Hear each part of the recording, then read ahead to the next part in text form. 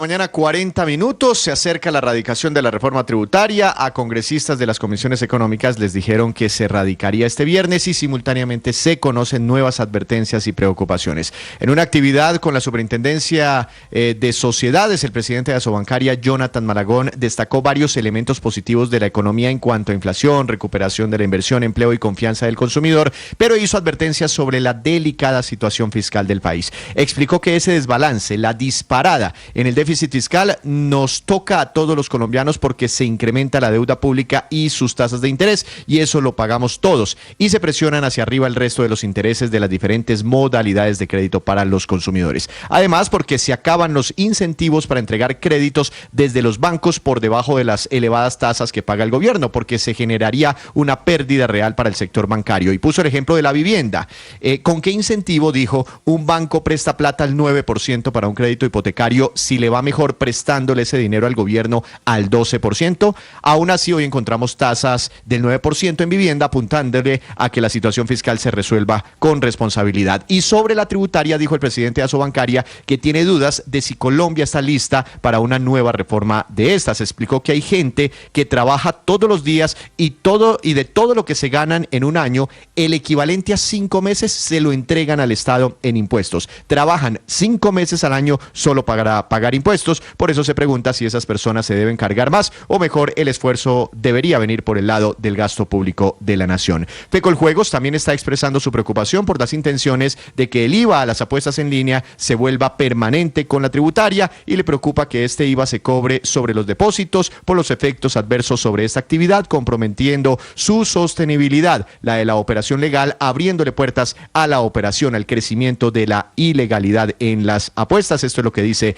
Fecoljuegos. Miremos rápidamente cómo abren los mercados, con un dólar subiendo 20 pesos, cotización promedio 4.064 pesos. En el mundo también se está valorizando el dólar frente a las principales monedas, sube 0,42%. El euro, relación euro-peso colombiano, sube 8 pesos a 4.695 pesos por euro. Y el petróleo de referencia Brent sube 0,2%, se ubica en $67.36 por barril. Víctor, hablando de economía, me ha llamado mucho la atención la carta que le han enviado varios exministros al gobierno, que también es un comunicado además a la opinión pública, expresando grandes preocupaciones por un borrador de decreto que fue publicado por Planeación Nacional. Así es. Que habilita la redistribución de vigencias futuras que ya están aprobadas para proyectos de infraestructura de transporte bajo el esquema de APPs, de asociaciones público-privadas. Es una carta que firman la exministra de Transporte Ángela María Orozco, sí, el exministro de Transporte Germán Cardona, el exministro de Hacienda José Antonio Ocampo, el exministro de Hacienda Juan Carlos Echeverry, el exministro de Hacienda José Manuel Restrepo y el exministro de Hacienda también Juan Camilo Restrepo. Todos ellos han hecho parte de diferentes gobiernos, ¿no? Inclusive el doctor Ocampo hizo parte del último gobierno o del gobierno actual del presidente Petro.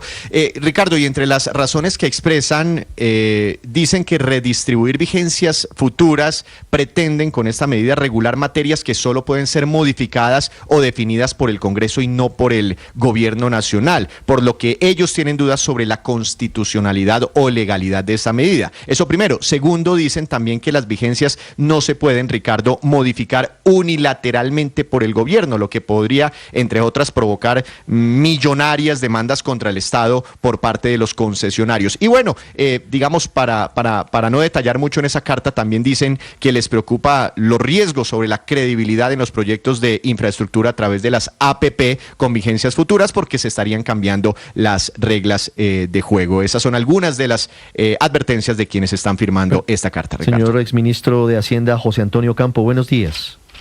Buenos días, encantado de estar con ustedes. Doctor Ocampo, muchísimas gracias. Quisiera que nos explicara a todos de una forma muy sencilla qué implicaciones, Víctor nos anticipaba un poquito lo que implica esto, pero quisiéramos conocerlo de viva voz de una persona experta, exministro de Hacienda en varias oportunidades como usted. ¿Qué consecuencias puede tener para el desarrollo del sector de la infraestructura la expedición de un decreto como estos, que ya es un borrador de Planeación Nacional? Bueno, las vigencias futuras son un mecanismo que se desarrolló para promover estas asociaciones público-privadas, las APPs, que son básicamente un instrumento para que el sector privado, empresas privadas, hagan la construcción de vías de transporte, de carreteras, ¿no? Y ha sido muy exitoso. Yo diría que es un mecanismo que ha permitido modernizar la red vial de Colombia mucho más rápido que en cualquier otra, que con inversiones públicas. Estas inversiones pues tienen un aporte obviamente del sector privado que no se recupera en los años siguientes en todos los casos, o se recupera en forma variable con peajes, ¿no es cierto? Entonces la forma como se promueven es básicamente que el Estado se compromete a irles pagando año por año unos recursos para compensar esa pérdida en que incurrirían por la insuficiencia de recursos de peajes. Ese es básicamente el mecanismo. Como yo le he dicho abiertamente, esto es una deuda pública, y por lo tanto no pagarla es no pagar una deuda pública, porque eso es un compromiso que ha asumido el Estado con unas empresas privadas específicas. Claro.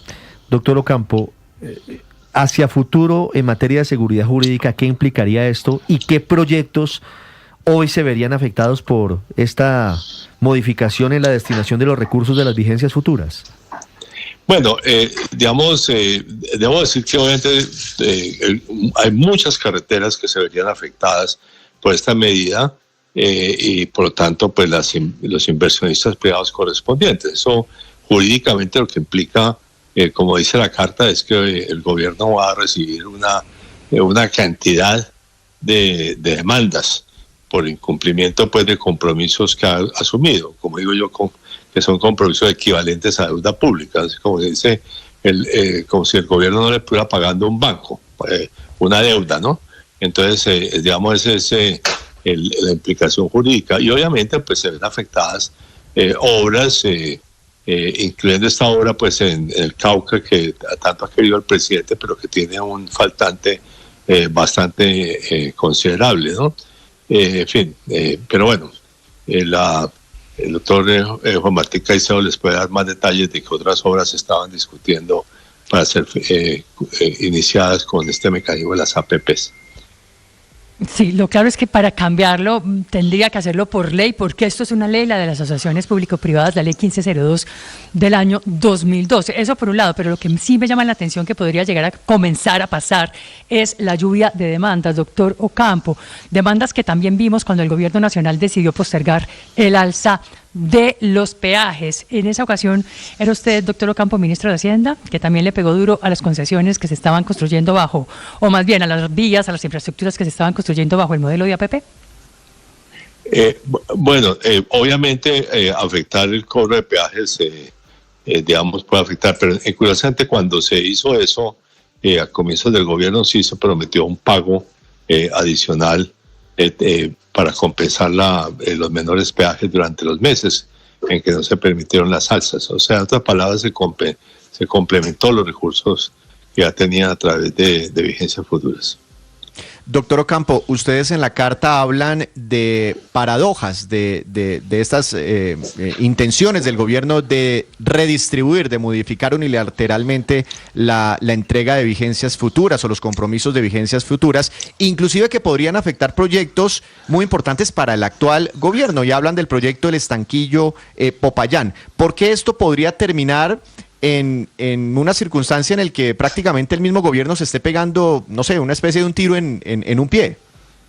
Bueno, ciertamente ese proyecto que usted menciona, que lo incluimos en la carta, es un caso paradójico, porque es una obra a la cual el gobierno le ha dado prioridad. Entonces sería un error, no llevarlo a cabo precisamente por el cambio en estas reglas de juego. Pero no solamente este gobierno, sino que otros gobiernos podrían verse afectados tanto por las demandas que lleguen como porque este mecanismo pues ha perdido credibilidad. Y este es un mecanismo que ha sido súper exitoso, entonces no tiene ningún sentido hacerle perder credibilidad a un mecanismo que ha sido exitoso y que ha permitido modernizar las carreteras de Colombia en forma sustancial. Y doctor Ocampo, ¿por qué dicen ustedes en la carta que los funcionarios que firmen, que expidan este eventual decreto redistribuyendo las vigencias futuras, podrían estar incurriendo en faltas disciplinarias, inclusive fiscales? Bueno, porque me parece que es claro de que esos funcionarios podrían ser sometidos a investigaciones por esos motivos. Es lo que está ocurriendo en este punto con las consecuencias que esto trae, doctor Ocampo.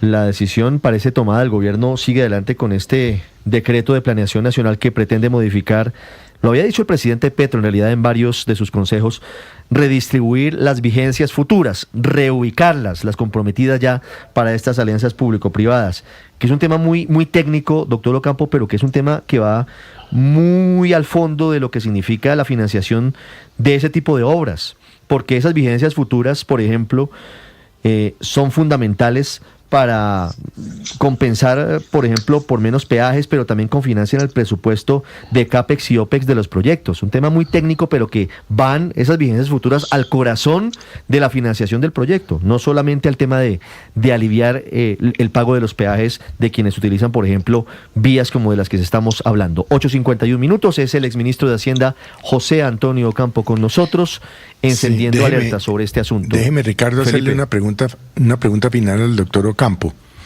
y es su opinión sobre lo que está pasando con el proyecto de presupuesto. Bueno, creo que es bastante claro. El presupuesto, como lo hemos dicho todo desde fuera del gobierno, tiene un déficit absolutamente alto. Y está rompiendo la disciplina fiscal del país, va a dejar el nivel de deuda pública pues en el nivel más alto de la historia. Entonces, me parece que el Congreso está diciendo lo que es absolutamente obvio, que el gobierno tiene que recortar el presupuesto, ¿no? Eso lo hemos dicho desde afuera, creo que todos los analistas. Sí, ahí está la situación, la explicación, doctor Ocampo, de un presupuesto. Estamos recorriendo el mismo camino del año pasado, pareciera, el mismo camino. Un presupuesto desfinanciado al que el gobierno pretende igualar a través de una reforma tributaria que realmente se ve muy difícil, uno, en su trámite porque estamos en año preelectoral, doctor Ocampo, y dos, porque lo que pretende recaudar es muy alto, más de 26 billones de pesos. Sí, sí, yo creo que la posibilidad de hacer una reforma tributaria en las condiciones políticas actuales es, diría yo, nula. Independientemente de lo que propone el gobierno, con lo cual uno puede estar parcialmente de acuerdo. Pero esa propuesta no tiene viabilidad política. Ya veremos el próximo gobierno, qué hace en esas circunstancias. Entonces yo creo que la única solución es racionalizar el gasto. Más aún, un tema que es también muy importante es no aplazar gastos.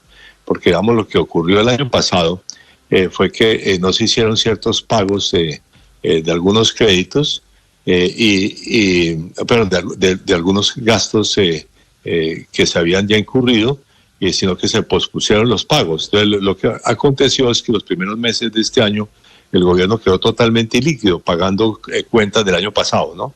Creo que eso no se debe repetir. O sea, y sospecho que si se aprueba un presupuesto muy alto, pues lo que en la práctica ocurriría es que ese fenómeno se vería de nuevo a comienzos del año entrante.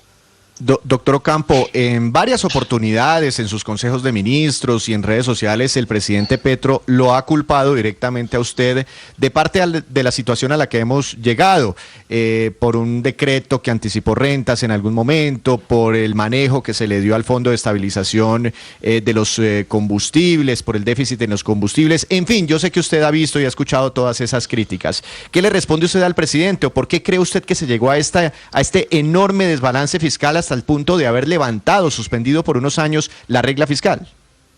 Bueno, yo debo decir que el único que ha hecho ajustes bajo este gobierno fui yo como ministro de Hacienda, porque hice dos cosas. En primer lugar, tramité una reforma tributaria que desafortunadamente ha dado menos recursos por decisiones de la Corte Constitucional, pero que de todas maneras dio mayores recursos.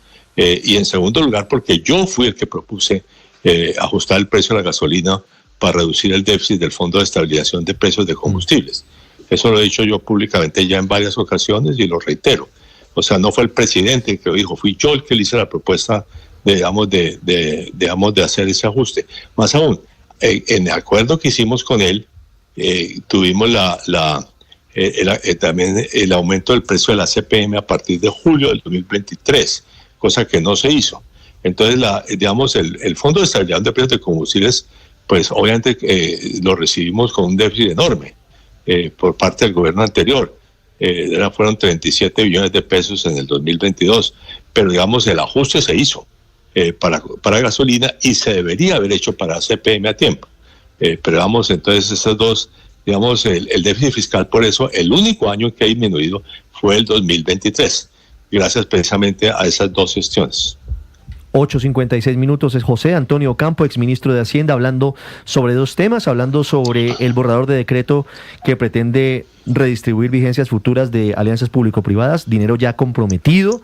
Esto implicaría un incumplimiento jurídico muy serio. Esto tiene muchas dudas realmente sobre si resiste o no un examen en la Corte Constitucional.